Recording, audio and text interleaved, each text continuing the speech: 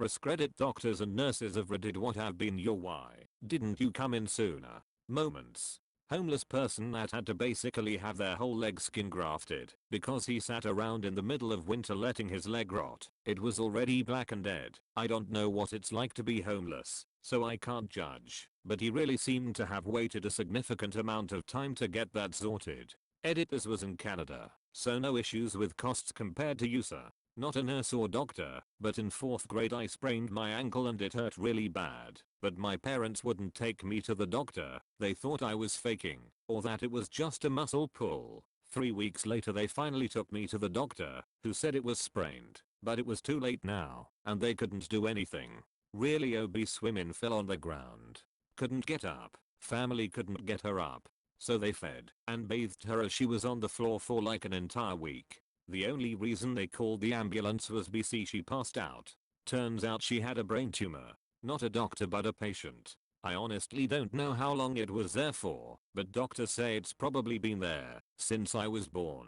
I would have such bad headaches in the morning when I was super young, 8 to 9, so I wouldn't eat anything, which in turn made me anorexic. But I also just recently has prescribed some meds, so me and my fam thought it was that. I would also get super bad mood swings, like 1 minute I'd be happy then I'd hate everything.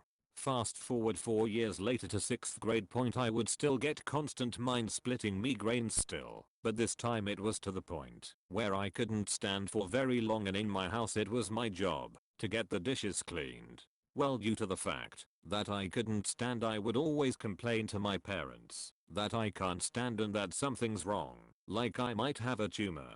Being the parents they were, they would just laugh and say yeah right, finish the dishes, cuss, and always be looking for ways to get out of doing the dishes. Well, I ended up with the same teacher I had in 5th grade, so he knew me incredibly well. Noticed that I was having some vision issues, so he recommended that I get an eye exam. He was right, cause I hadn't had one in about a year, so I was due for one anyways. My eye doctor noticed that there was pressure on my eyeball and sent me in on the suspicion that it may be a pseudo tumor.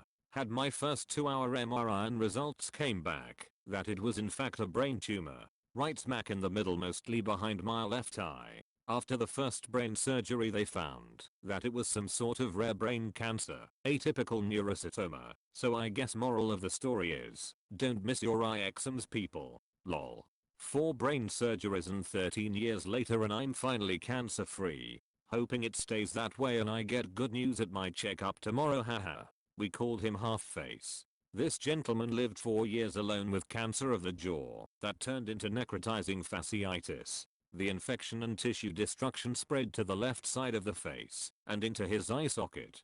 He came to the hospital after his landlord hadn't heard from him over days. We had to do dressing changes on his face and there was no skin to tape the dressings against. The bones of the palate and jaw were exposed. It was soul crushing and terrifying to deal with. What sits with me a year later is having to explain to him why we couldn't give him anything po. There was no cheek, partial lips, or tongue to keep food or liquid in his mouth. I don't know how this man was staying alive at home. I'm not a doctor/nurse, but I had a why didn't you come in sooner moment from the patient perspective. Essentially I broke my ankle, but thought it was just a bad twist. It had happened before, so I decided to rest for 2 weeks and go back to playing volleyball. It swelled up after every practice and game, so I knew I had some other problem, maybe something wrong with the ligaments, I thought. I decided to finish the season. It was only halfway, because I didn't want to be out for a month or more. In the end I found out the ankle was broken. 3 pieces of bone detached and had migrated close to the ankle joint, and I was out for a year after a 5H surgery. The doctor could not believe I practiced and played dozens of times with that injury. Don't make the same mistakes I have, kids. This will get buried, but I want to share it. I didn't go in. When I finally did, my doctor told me I was constipated and gave me some laxatives. That was estimated to be the night my appendix burst. Several days later my housemate decided she wasn't going to work and turned around and came home. Heard something that dropped on the deck and was flopping like a fish. She found me in the shower either having a seizure from the pain or in septic shock. A group or student doctors were brought in. to check me out during surgery, and I got told by one of them it was the grossest thing he had seen so far.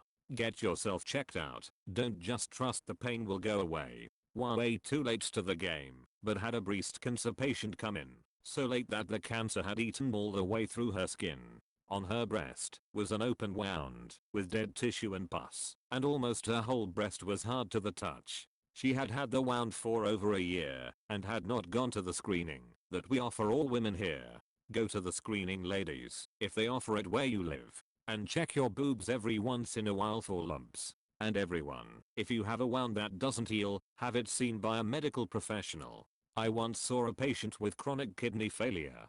His nephrologist said it was time to start dialysis, so he called him incompetent and went to a different nephrologist who told him the same. So he went home and decided to go vegan instead, which would fix his kidneys. His condition got worse and worse over time, and eventually he was unable to get up. So that's when he started using his grandpa's old wheelchair. He lived like that another few weeks and then he developed a fever. So he went to the hospital to get his fever checked out. He was pale as a ghost, potassium was well into the certain death range, and he still refused to go on dialysis at first. It took a lot of convincing for him to eventually agree, but he still died from complications a while later. So unnecessary. A young and otherwise healthy man who could have had a somewhat decent life with dialysis and maybe a transplant later. Kind of late to the game, but here's mine. In high school I was bit by an ant on my hip/upper butt. Didn't feel it happen. Don't know when it happened, but there was a small defined raised area, just like an ant bite. It even itched like an ant bite. I scratch it as needed for the first day, and it gets a little bigger. Well, that's because I'd been scratching it right. Except it doesn't stop getting bigger. The itch is now pain. By the 4th or 5th day it was a little bigger than a softball, and I'm walking to classes trying to hold my pants away from it, because even minor contact is painful. That's when I told my dad, who immediately took me to the doctor. Spider bite. I don't think it was a brown recluse. Those pictures on Google are off. The doctor said if I'd waited any longer it would have turned into a hospital trip. The cool part is that, because of where it was on my hip, I was able to look over my shoulder while they pierced the now abscess. Super cool. Now I have a pea-sized scar from the area of cutting into it. Very glad it didn't deform the muscle. That's the end of the video. Like, comment, and subscribe. Stay safe everyone.